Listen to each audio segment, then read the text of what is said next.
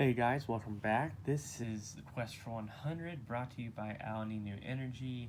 Left the can in the fridge. So Alani New Energy sponsors this episode of the Quest for 100. Well, this series, the Quest for 100. The Quest for 100 is us preparing cards to send to the PSA, at least 100 of them. This is the format: Pokemon type, name, hollow, non-hollow, other remarks, declared value. Where we've left off and why we're going backwards is because when you do the cards, you have to send them in the order you label them. So right now, these are the cards we've already done in the previous episode, and we're going to carry on, and they're just going to stack up in this order. Don't worry about this. I don't write this down while we do the episode. Do that after we complete this episode. So this is just going through our the next 5 cards to add to the Quest for 100.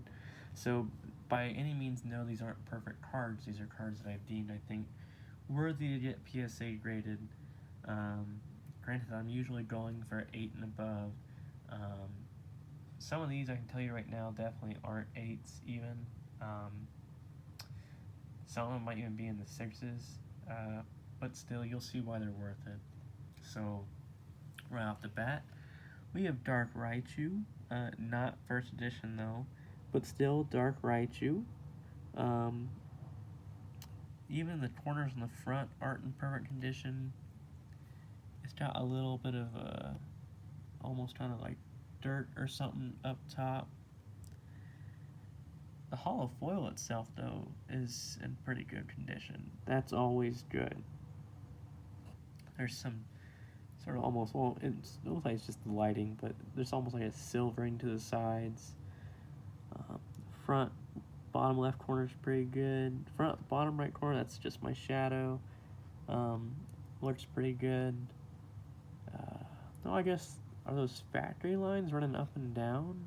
It's hard to tell what that is. It's almost too perfect to be scratches made by somebody.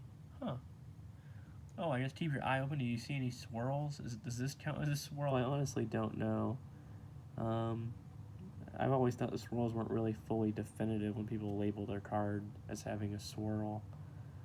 As I can see, there's kind of like a swirl around there.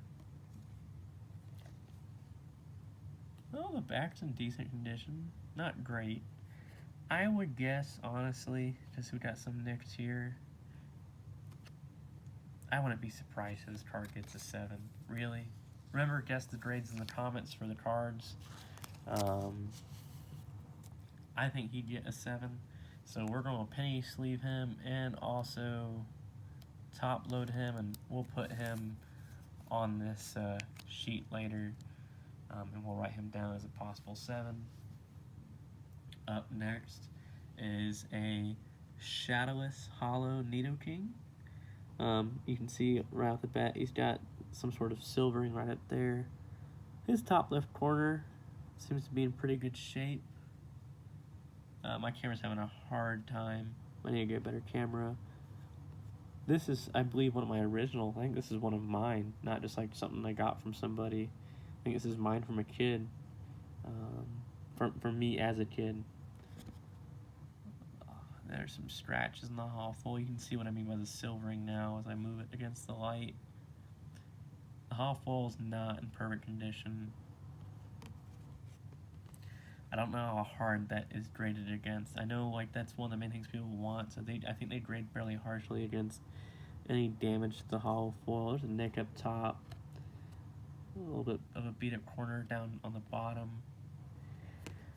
You know, he might just be a 6, but he's probably still worth it.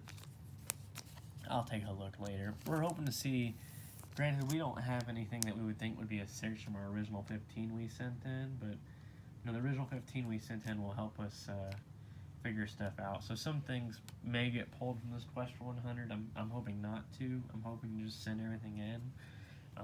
Next up is a Shadowless Hollow Zapdos.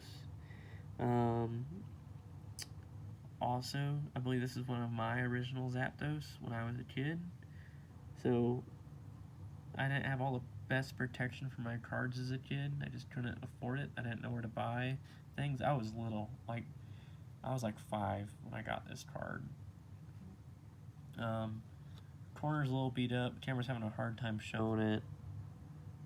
I think this corner's also got a little bit of work to it, not nearly as much as the top left corner.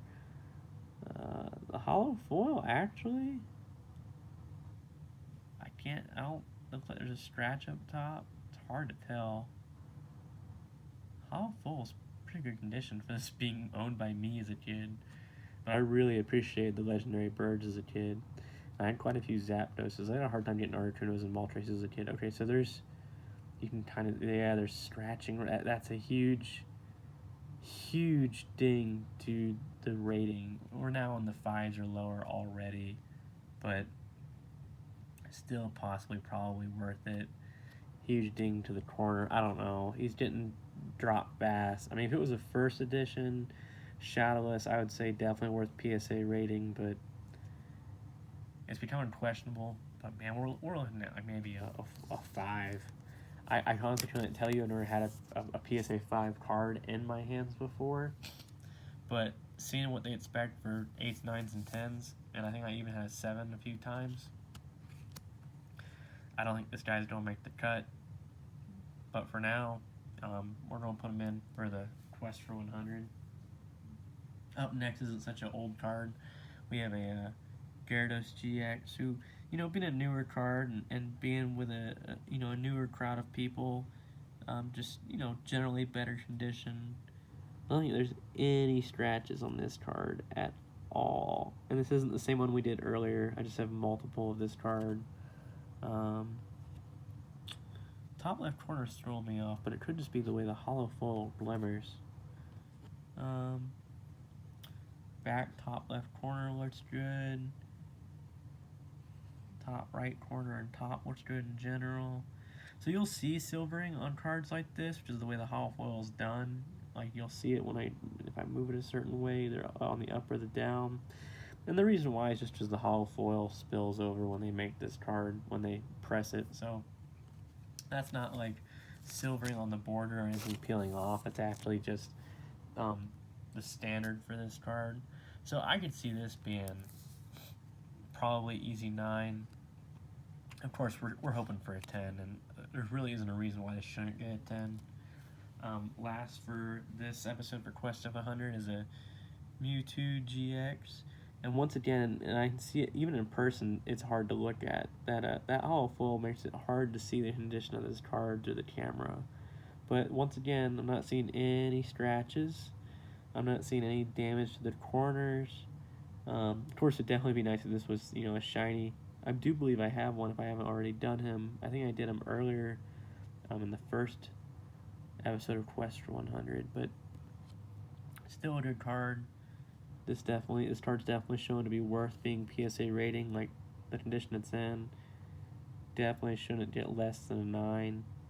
But let me know what you think. As I said, I've never sent any cards in besides the first 15, and I haven't gotten those grades back yet, as that was just recently. So hopefully a couple weeks we'll get those grades back, and then as we do this, we'll be able to send these in. And, you know, with it being a bulk send in though, it's going to be a while till we sorry, that looked like that went in loose. No, I guess it's good. So yeah, it's going to be a while till we get the Quest for 100's grades back. But go ahead and keep guessing, and you know, maybe we'll figure out some sort of prize or game with it with one of the grades and see who guessed it right. It'll be difficult though if you all guess and you all get it right. I can't, you know, depending on how many people get it right will depend on what the prize card is and how many we can give out. If you're tracking the giveaway, we're just waiting for the original winner to reply to the Facebook address I gave him.